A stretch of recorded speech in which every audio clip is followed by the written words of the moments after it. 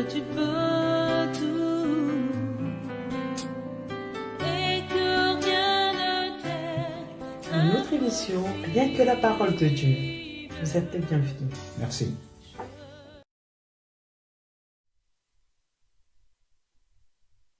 Gloire à Jésus-Christ. Nous bénissons le Seigneur.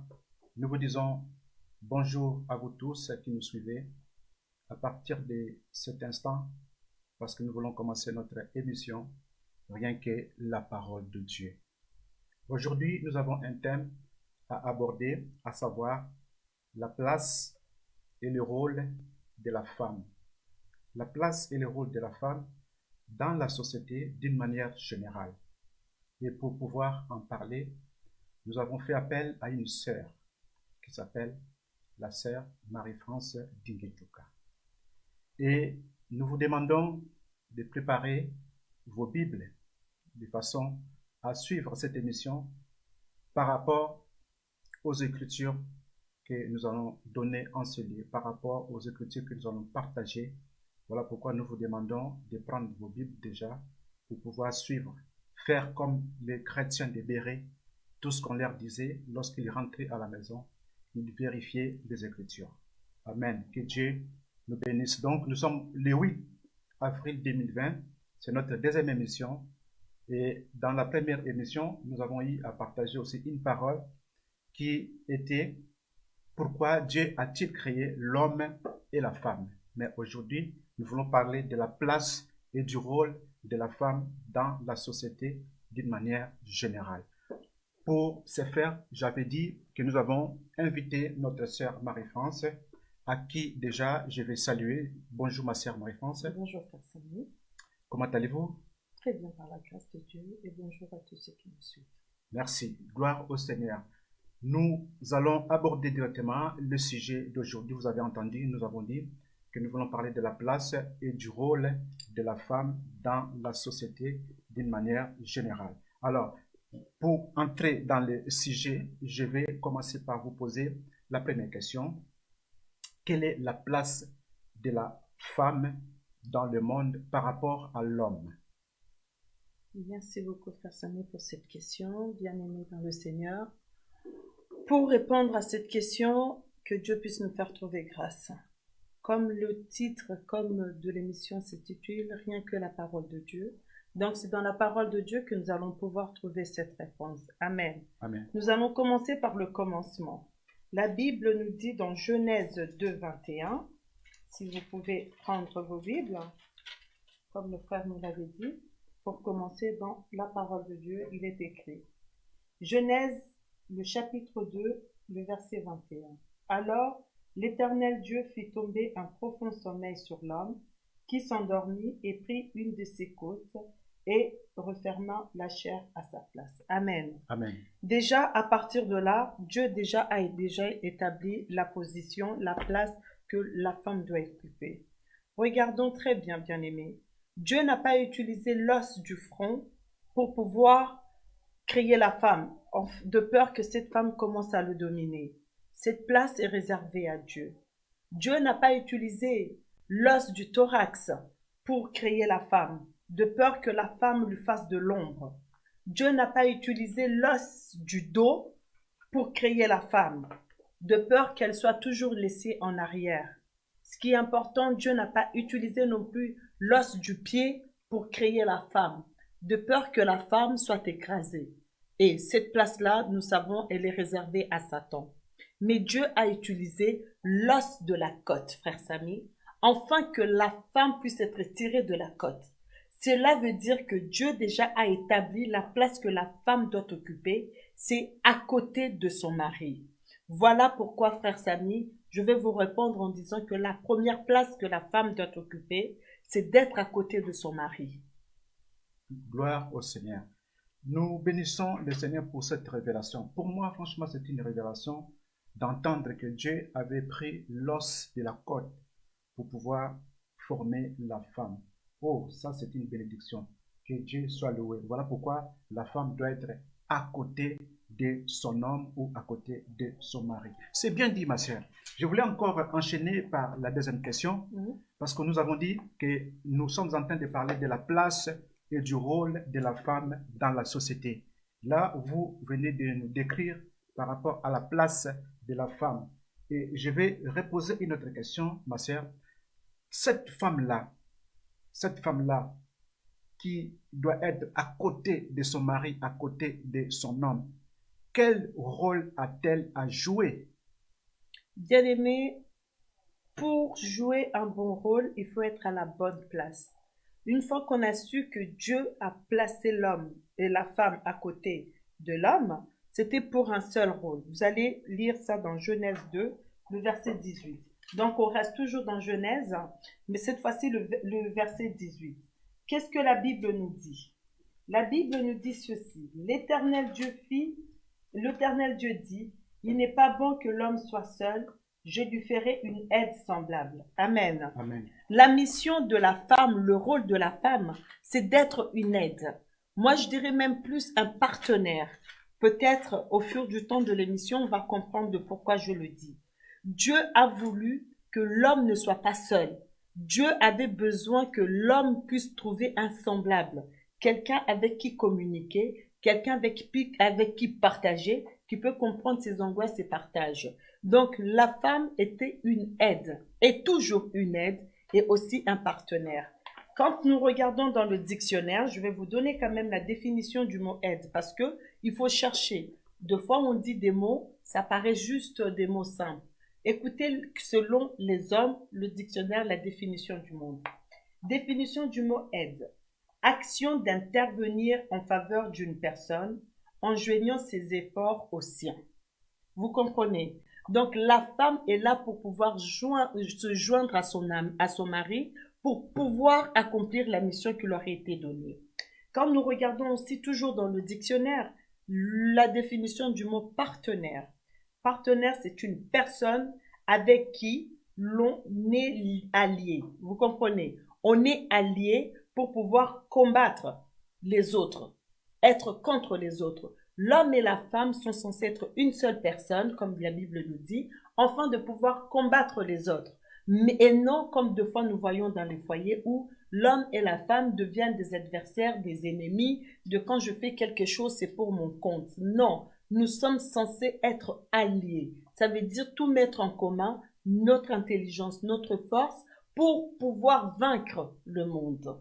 Voilà, frère Samuel. Merci, ma sœur, pour la réponse. J'ai compris que l'homme et la femme sont alliés et ils sont appelés à travailler ensemble pour l'avancement, soit de leur foyer, de leur couple ou de la société. Amen. Hein? Amen. Que Dieu vous bénisse, ma sœur. Merci. J'ai encore une autre question. Cette fois-ci, je vais vous amener quelque part dans le livre des Éphésiens, au chapitre 5, le verset 3. J'ai une question à vous poser là-dessus. Éphésiens, chapitre 5, le verset 23. Moi, je vais lire cette parole et après, je vais vous poser la question. Amen. Donc, nous sommes dans le livre des Éphésiens, chapitre 5, le verset 23, pour vous tous qui nous suivez. Je vais lire cette parole qui nous dit ceci. Car le mari est le chef de la femme, comme Christ est le chef de l'Église, qui est son corps et dont il est le sauveur. Voilà. On nous dit ici que le mari est le chef de la femme, comme Christ est le chef de l'Église qui est son corps et dont il est le sauveur. Alors, ma question est vraiment simple. Êtes-vous d'accord avec cette parole qui dit que l'homme est le chef de la femme? Frère Samy, la parole de Dieu est le oui et amen. Alléluia. Amen. Merci pour cette question parce que c'est très capital de pouvoir avancer dans la connaissance. Ok? Nous allons prendre 1 Corinthiens, s'il vous plaît, si vous permettez, et puis après je vais pouvoir expliquer. Aujourd'hui, nous aurons, par la grâce de Dieu, énormément de versets parce qu'il faut qu'on trouve, qu'on puise, qu'on connaisse la vérité. 1 Corinthiens 11, si je m'abuse, 11, le verset 3. Merci. La Bible nous dit ceci. Je veux cependant que vous sachiez que Christ est le chef de tout homme, que l'homme est le chef de la femme et que Dieu est le chef de Christ. Amen. Amen. Quand on parle comme ça, il y a des personnes qui acceptent que Dieu soit le chef de Christ, que Christ soit le chef de l'homme. Et quand on arrive au point de dire que l'homme est le chef de la femme, des fois ça pose problème. Je vais vous expliquer ça calmement. Dans le jardin d'Éden, c'est comme dans le monde dans lequel nous vivons, le jardin d'Éden. Le jardin d'Éden, c'est notre foyer aussi. Le jardin d'Éden, c'est aussi la vie personnelle de tout un chacun. Mais le jardin d'Éden, c'est une entreprise pour le Seigneur Jésus-Christ. Je vais vous expliquer, quand une personne veut créer une entreprise, il établit des personnes en tête, ainsi de suite, pour le bon fonctionnement de son entreprise. Dans cette entreprise, il y aura le PDG.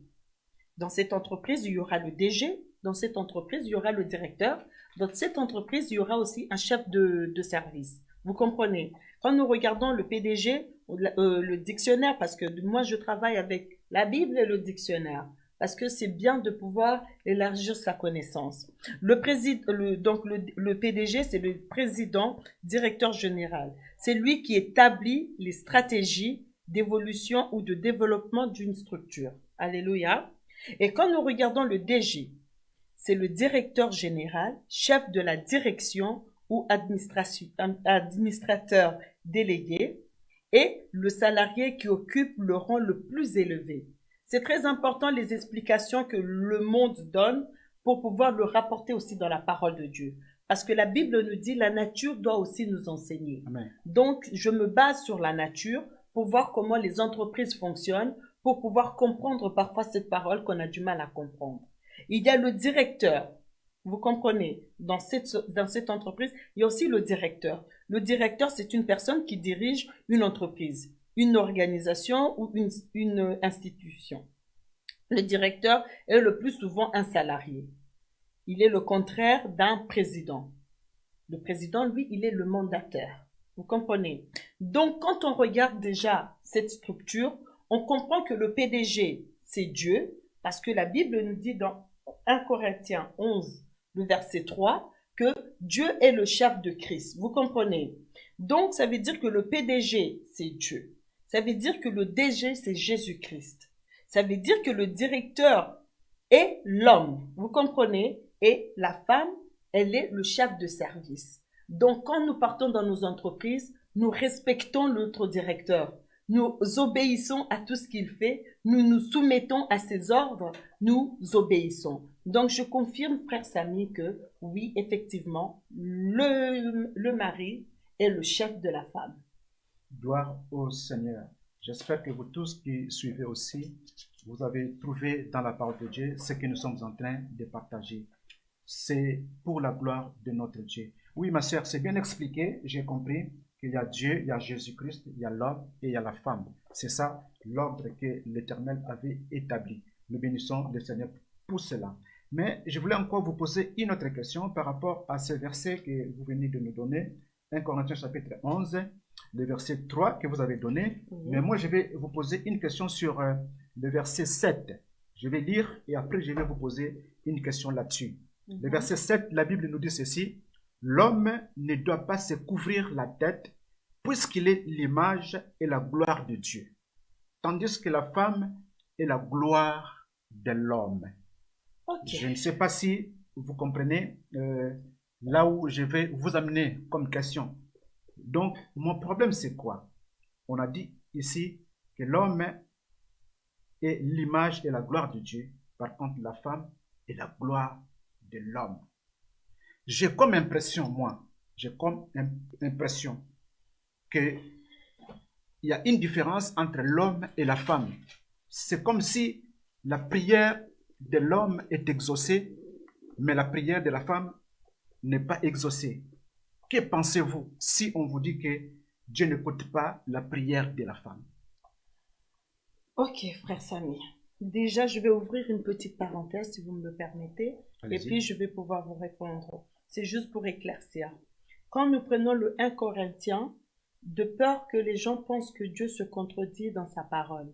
Parce que si nous regardons dans Genèse 1, 27, si vous permettez, allez-y. C'est une parole que nous avons lue même la dernière fois. Dieu créa l'homme à son image, il le créa à l'image de Dieu. Il créa l'homme et la femme. Vous comprenez? Amen. Et cette parole, ça c'est juste une parenthèse, je n'ai pas encore répondu à votre question, c'est juste pour montrer que Dieu ne se contredit pas. 1 Corinthiens 11, 7, c'était par rapport aux besoins. Parce que quand Dieu avait créé son jardin d'Éden, Dieu avait établi l'homme pour pouvoir garder son jardin. Mais l'homme avait besoin de la femme pour pouvoir accomplir sa mission. Vous comprenez? Ça, c'est juste une parenthèse. Donc, du coup, je vais revenir à votre question pour savoir si Dieu n'écoute pas la parole, la prière de la femme. C'est Amen. ça? C'est ça, oui. Oh là là, frère Samy. Alors, dans ce cas-là, je veux essayer par la grâce de Dieu de Allez-y, ma sœur. On va donc retourner dans 1 Corinthiens. Alléluia. Donc, on va retourner là où vous nous avez dit et puis on va essayer de pouvoir... Nous sommes au chapitre 11. 1 Corinthiens, chapitre 11. D'accord. Le 1 verset 7. Corinthiens 11, chapitre 11, Chapitre 11, le le verset verset 7. 7. Voilà. Voilà, excusez-moi parce que j'étais partie dans Genèse pour pouvoir expliquer cette parenthèse qui est capitale. Voilà. Donc, moi, pour pouvoir vous répondre, si vous regardez bien dans 1 Corinthiens, moi, je vais vous répondre en 2 étapes. Premièrement, prenons 1 Corinthiens, mais le verset, chapitre 11, le verset 11 à 12. Vous permettez que je puisse lire. La Allez-y. Bible nous dit, toutefois, dans le Seigneur, la femme n'est point sans l'homme, ni l'homme sans la femme. Car de même que la femme a été tirée de l'homme, de même l'homme existe par la femme, et tout vient de Dieu. Alléluia. Amen. Cette parole, moi, comment je la comprends? Je dis, ça veut dire qu'il y a des personnes dans le Seigneur, parce qu'on précise dans le Seigneur. Donc, il y a des couples qui ne sont pas dans le Seigneur, il y a des couples qui sont dans le Seigneur. Les couples qui sont dans le Seigneur, ils doivent être éclairés. Donc, le mari, il ne va pas se dire que moi, je suis plus important que la femme, ou la femme se dire je suis plus important que l'homme, parce que l'un ne peut pas vivre sans l'autre. Parce que là, la femme avait besoin de l'homme pour qu'elle puisse exister dans le monde, mais comme Dieu avait dit multipliez-vous pour pouvoir continuer à garder l'homme qu'il avait créé, ça veut dire que l'homme aussi a besoin de la femme pour pouvoir exister. Et nous deux, la Bible le dit clairement, tout vient de Dieu. Donc ça veut dire que de la même façon que Dieu écoute la prière de l'homme, de la même façon que Dieu écoute la prière de la femme. Je vais vous amener dans un verset que Dieu m'a révélé cette nuit parce que j'étais là, je méditais, je dormais. Ce verset est venu et je bénis Dieu parce que ça correspond exactement à cette question. Exode 4, le verset 24 à 25. Exode 4. Exode 4. On va regarder ça vite fait.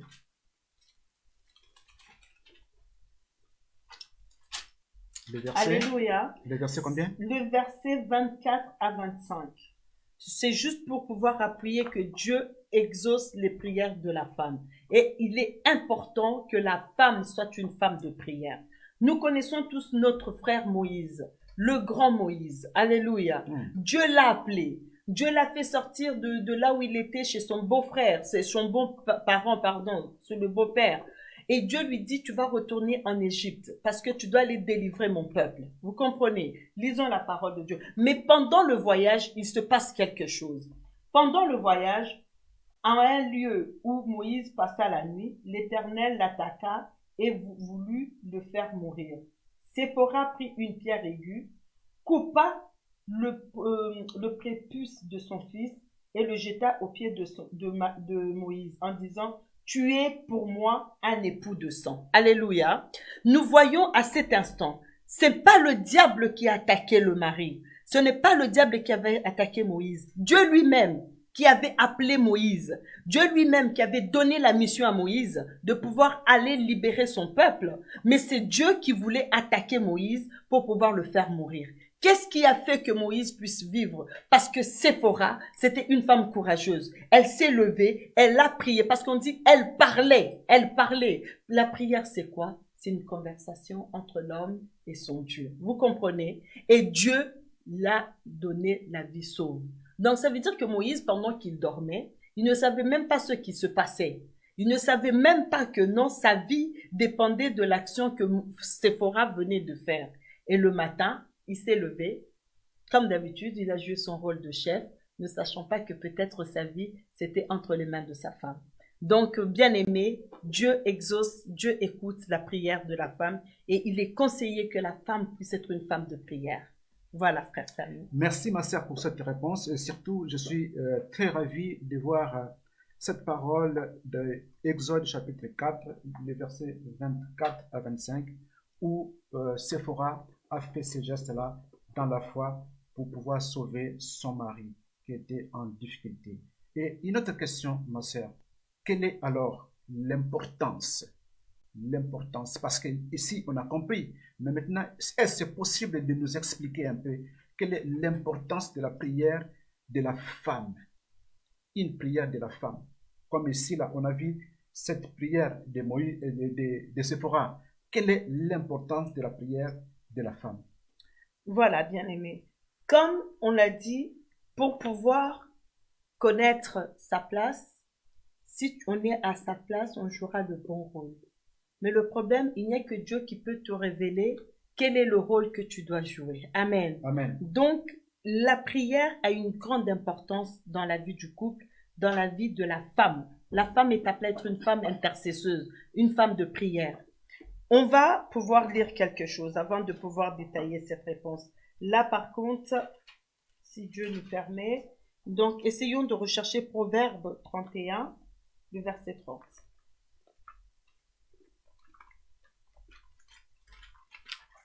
Proverbe 31, le verset 30. Exactement. Ouais, moi j'ai trouvé. Vous l'avez trouvé? Ouais. Je peux lire pour vous? Je veux bien. Gloire au Seigneur. Je lis la parole du Seigneur dans le livre de Proverbes, chapitre 31, le verset 30. Oui. La grâce est trompeuse et la beauté est vaine. La femme qui craint l'Éternel est celle qui sera louée. Alléluia. La femme qui craint l'Éternel. La femme qui craint l'Éternel. Un jour, j'ai eu à partager, frère Samy, sur le mot craindre. Ce n'est pas dans le sens avoir peur, parce que de fois on dit craindre. Non, parce que l'Éternel est notre Père. Qui craint l'Éternel, ça veut dire qui est le mal, qui vit selon les commandements de Dieu. Et pour cela, il n'y a que quand on est dans la prière que Dieu arrive à nous instruire, que Dieu arrive à nous éclairer, que le Saint-Esprit nous dit ne fais pas ceci parce que tu es un enfant de Dieu. Et toutes ces choses ne viennent que de la prière. Ce qui est intéressant dans ce verset, dans ce chapitre, c'est la grâce est trompeuse et la beauté est vaine. Frère Samy, il y a des femmes qui font leur base du mariage ou de l'avenir seulement sur leur beauté.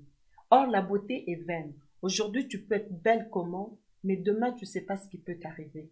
On a regardé la dernière fois une vidéo, une fille qui était très belle, mais qui a eu un accident. Elle se retrouve aujourd'hui les membres coupés, elle n'a plus de jambes, elle n'a plus de bras. Elle est brûlée de partout.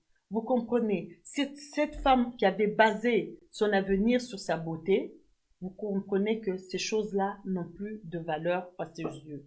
Il y a des femmes qui pensent que leur intelligence ou leur richesse suffisent. Non, ça ce sont des choses périssables, des choses vaines. Il faut rechercher l'Éternel pour que Dieu puisse mettre en nous quelque chose. Cette chose-là, nous allons la découvrir au fur du temps. Amen. Hein? Amen. Donc, on va pouvoir encore, parce que aujourd'hui, avec moi, c'est compliqué. À chaque phrase, à chaque truc, on va essayer de trouver un verset. Pour compléter, allons dans Jacques 1, si vous permettez. Jacques, nous sommes dans le Nouveau Testament. Oui, effectivement. Chapitre 1. Le verset 17. Le verset 17. Oui. Je lis pour vous. S'il vous plaît. Jacques chapitre 1, le verset 17. La Bible dit ceci. Toute grâce excellente et tout don parfait descendent d'en haut. Amen. Du Père de lumière, chez lequel il n'y a ni changement ni ombre de variation. Vous comprenez, toute grâce excellente et tout don parfait descendent d'en haut. Donc, vous comprenez que cette femme est censée rechercher des choses d'en haut pour pouvoir, vous comprenez, être stable, pour pouvoir comprendre l'importance de la prière. Parce que si tu n'es pas une femme de prière, tu ne sauras pas que toute grâce excellente et tout don parfait descend d'en haut. Vous comprenez? C'est pour cela, bien aimé, il faut faire très attention. La femme est appelée à rechercher la face de Dieu. La femme est appelée à pouvoir demander à ce que Dieu puisse l'instruire.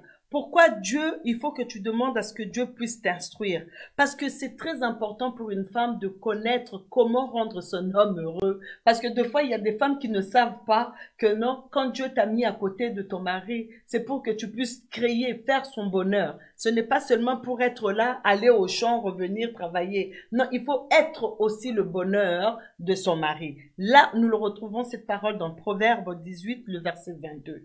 Essayons de voir. Proverbe 18, le verset 22. Vous connaissez cette parole, ce que la Bible nous dit, c'est lui qui trouve une femme, trouve le bonheur. C'est une grâce qu'il obtient de l'Éternel. Vous comprenez? Vous pouvez vérifier dans Proverbe 18, le verset 22. Oui, je peux lire ça pour la gloire de Dieu. Oui. Celui qui trouve une femme trouve le bonheur. C'est une grâce qu'il obtient de l'Éternel. Amen. Amen. C'est une grâce qu'il obtient de l'Éternel. Donc, ça signifie que Dieu peut que donner des bonnes choses à son fils. Vous comprenez? Et pour qu'il donne des bonnes choses à son fils, il donnera seulement la personne qui est à côté, la personne qui recherche sa face. Donc, ça veut dire que Dieu regarde, ah, sœur Inès, tu es une femme de prière. Parce que j'ai mon fils qui est quelque part et tout ça. Donc, il faut que j'aille te donner par rapport à ce qu'il attend. Parce que Dieu connaît nos besoins. Dieu connaît les besoins de chaque homme. Dieu sait ce que chaque homme désire. Donc, du coup, il faut que le besoin de l'homme correspond au cadeau, à la bénédiction que Dieu va lui donner. Parce que la Bible nous dit, la bénédiction de l'Éternel n'est suivie d'aucun chagrin. Donc, il est très important de pouvoir rechercher la face de Dieu. Il est capital, moi je pourrais même dire, il est capital de pouvoir rechercher la face de Dieu, de pouvoir être une femme de prière. Cela ne se termine pas là, parce que nous pouvons aussi regarder quelque chose aussi quand nous voyons dans le monde l'importance de la prière, parce que Dieu fait de toute femme, parmi les rôles à jouer, vous comprenez, parmi les rôles à jouer, il y a un don, il y a quelque chose qui est lié à ça. Donc pour cela, il faut que Dieu puisse nous éclairer. Gloire au Seigneur. Je suis touché par cette réponse et j'ai une question à vous poser là-dessus, ma sœur, parce que comme nous venons de lire, c'est plus dans le livre de Proverbes chapitre 18, le verset 22. Celui qui trouve une femme trouve le bonheur. Ça, c'est pas facile, ma sœur, de trouver une femme qui va vous apporter le bonheur. Parce qu'on nous dit que c'est une grâce qu'il obtient de l'Éternel. Voilà, c'est une grâce qu'il obtient de l'Éternel. Cette grâce n'est pas donnée à tout le monde. Voilà pourquoi moi, j'aimerais vous poser une question là-dessus, ma sœur. Comment on peut reconnaître que celle-ci, c'est une bonne femme? La Bible a toutes les réponses. Aucune situation que nous vivons dans ce monde a été dépourvue. La dernière fois, la première émission, vous avez dit que Dieu n'est pas dépourvu. Dieu n'a pas été dépourvu par rapport à la chute de l'homme ou quoi que ce soit. Donc, ça veut dire que Dieu connaît toutes choses. Donc, la Bible nous donne des solutions à toutes choses. Alléluia. Amen. Alors, comment doit être cette bonne femme? Comment l'homme saura que j'ai trouvé cette bonne femme? Parce que, c'est une femme qui est une femme de prière. Donc, on va regarder dans 1 Timothée, le chapitre 3. On nous dit comment elle doit être cette femme. Timothée nous raconte, nous détaille comment la femme qui doit être le bonheur de son mari doit être. 1 Timothée chapitre 3, Le verset 11. Je peux lire aussi. Lisons, lisez. Gloire au Seigneur. Nous sommes dans 1 Timothée chapitre 3, le verset 11. La Bible me dit ceci. Les femmes d'elles-mêmes doivent être honnêtes, non médisantes, sobres, fidèles en toutes choses. Alléluia. C'est la parole de l'Éternel. La Bible nous dit ceci, les femmes de même, les femmes de même. Donc ça veut dire qu'auparavant, on a dû donner les caractéristiques d'autres personnes. Mais arrivé aussi pour les femmes, on dit les femmes de même doivent être honnêtes, non médisantes, sobres, fidèles en toutes choses, frère Samuel. Voilà cette bonne femme comme elle doit être. Ça veut dire quand on regarde la femme qui doit être non médisante, ça veut dire que c'est une femme qui ne doit pas vivre dans le commérage. C'est une femme qui ne doit pas vivre dans les diffamations. C'est une femme qui ne doit pas vivre dans le mensonge, ni être à côté. Parce que la Bible nous dit que le père du mensonge, c'est le diable. C'est une femme qui ne doit pas vivre dans le dénigrement. Cette femme-là. On nous dit que la femme, elle doit être honnête. Ça veut dire elle doit être droite, elle doit être franche, intègre dans la parole de Dieu. Parce que c'est là où elle va puiser ses forces, c'est là où elle va puiser toutes choses. Cette femme, elle doit être une bonne femme, une femme louable. Parce qu'il y a des femmes sur qui, quand on pense, juste l'idée de penser à elle, elle te donne mal à la tête. Tu t'assois comme ça, tu penses à cette personne, tu fais, c'est pas possible. Il y a des hommes qui sont devenus des vagabonds.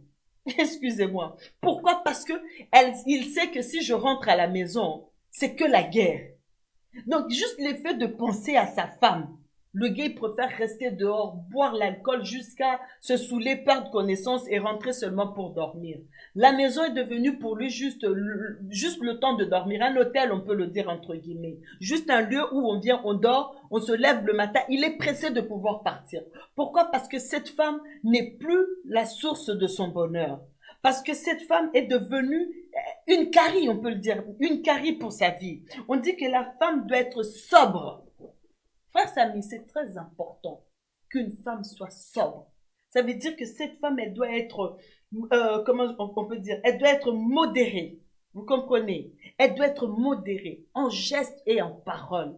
Maintenant, sur Facebook, nous voyons toutes choses. Nous voyons combien les femmes exposent leur mari. Combien les femmes sont là en train de livrer, je peux dire, leur mari. Pourquoi? Parce que elles ne savent pas que une femme doit être sobre. Et cela, nous le trouvons que dans la parole de Dieu. Voilà, frère Samy, ce que j'avais à dire par rapport à cette femme, la nature de cette femme.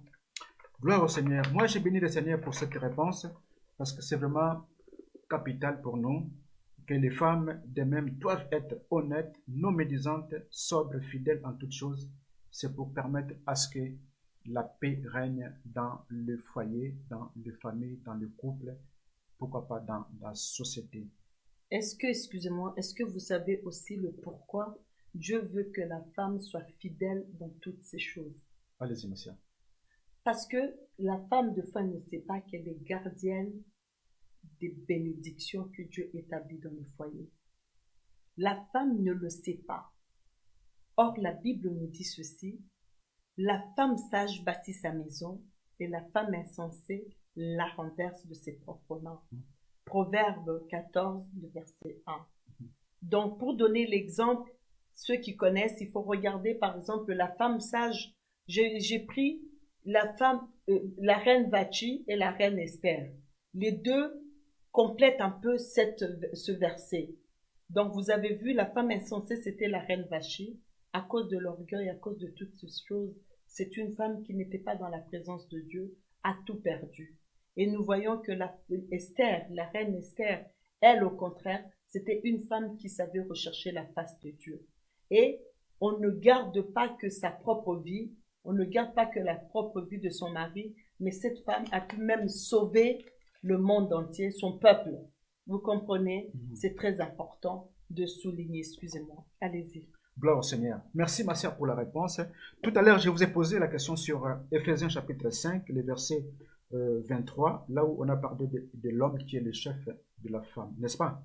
Et je reviens encore sur le même verset, mais cette fois-ci pour le verset, non, je reviens sur le même chapitre, Éphésiens chapitre 5, mais le verset 22 cette fois-ci. C'est là où je vais vous poser peut-être ma dernière question. Sur Éphésiens?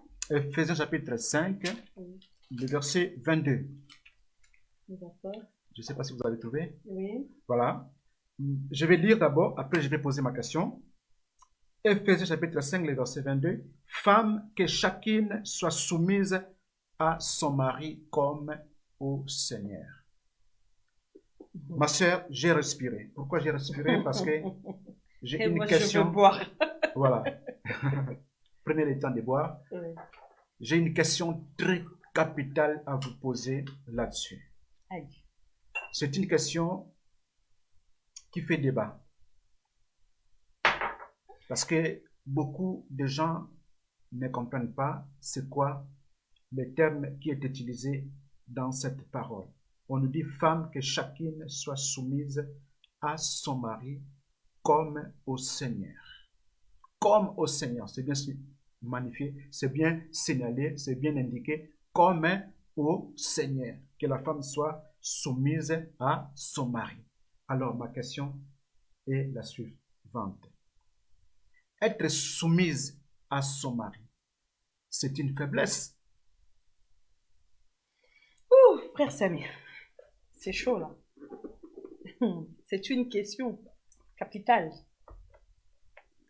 Mais moi, je vais commencer par répondre sur... avant de pouvoir répondre à votre question. Parce qu'elle est capitale, elle est compliquée pour ceux qui ne comprennent pas. La Bible me dit ceci dans Osée 4, le verset 6. Si vous pouvez regarder. Osée 4, le verset 6. Qu'est-ce que la Bible peut me dire là-dessus? Voilà. Osée 4. Nous connaissons cette parole, nous la répétons souvent. La Bible me dit ceci, Osée 4, le verset 6. Mon peuple est détruit parce qu'il lui manque la connaissance. Alléluia. Puisque tu as rejeté la connaissance, je te rejetterai. Mais ce qui m'intéresse, c'est que mon peuple est détruit parce qu'il lui manque la connaissance. Alléluia. Amen. Ça, c'est très important. Parce que quand on n'a pas la connaissance de la matière, on trouve que ça devient compliqué. Tout à l'heure, je vous ai expliqué quoi? Je vous ai dit ceci. La femme, elle a été créée pour être une aide à son mari. Vous comprenez? Donc, selon les Écritures, selon Genèse. C'est ça le rôle, c'est ça la mission de la femme. La femme est là pour aider seulement son mari à accomplir sa mission. Donc, cela nous dit que l'homme avait été créé afin de pouvoir prendre soin du jardin. Donc, la vie que nous vivons, le foyer que nous vivons, que ce soit la maison, comme on avait dit que le jardin d'Éden, c'est aussi le foyer. Le jardin d'Éden, c'est notre vie. Le jardin d'Éden, c'est le monde. Donc, vous comprenez que la mission a été donnée à l'homme de pouvoir garder, de pouvoir veiller sur ça. Et la femme n'est qu'une aide. Vous comprenez? Si je suis qu'une aide, cela veut dire que la mission n'est pas à moi. Donc, c'est normal que je puisse être soumise à celui à qui on a donné la mission.